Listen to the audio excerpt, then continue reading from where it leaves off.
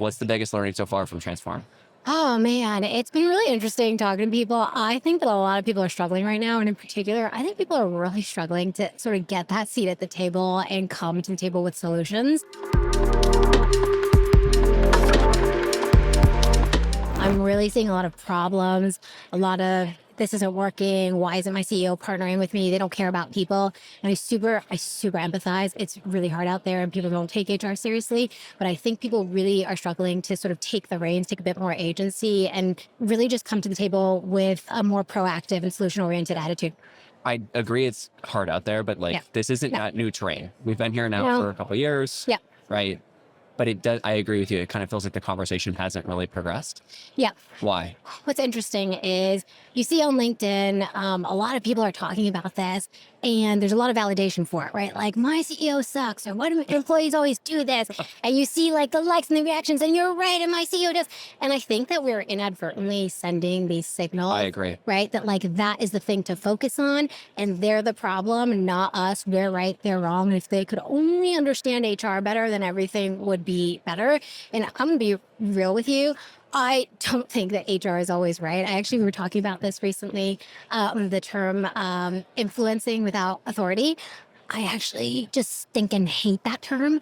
I hate it. I actually think it's code for I think I know better than everyone else on the business team. And so what I need to do is sneakily manipulate people to just do what I want them to do. And the reality is sometimes HR people have really dumb ideas. I'm one of them. And when that happens, if you really are in your own silo and you're like, I'm convinced I'm correct and I don't need to know anything about the business, you are never, ever, ever going to make progress. So how do we move beyond where we currently are today? Because I would have expected, given everything going on with the macro environment, with how I think HR has been cut from just a headcount standpoint, that it would have already happened. But it seems like there's actually 2 feet into the ground, digging in, this is our stance. Yeah. My take is that's not going to work. Yeah. And so how do we progress where we are? I think there are two sides of this. One is, I'm talking to all you CEOs out there, okay? I think CEOs need to be better about giving feedback and calling out HR when they're not doing the job right. I think a lot of times when HR messes up or they don't communicate effectively, HR is just dismissed. And you never talk to HR and they're not involved in the future, right? Which I actually think is a miss. I really think that's a missed opportunity. I genuinely believe in the value of people strategy. And I can give an example later, but I genuinely believe in this. However, most CEOs just overlook that. My CEO, for example, Roxanne, I have multiple times, on multiple occasions come to her with an idea and she'll be like, Melanie, you are a very smart person.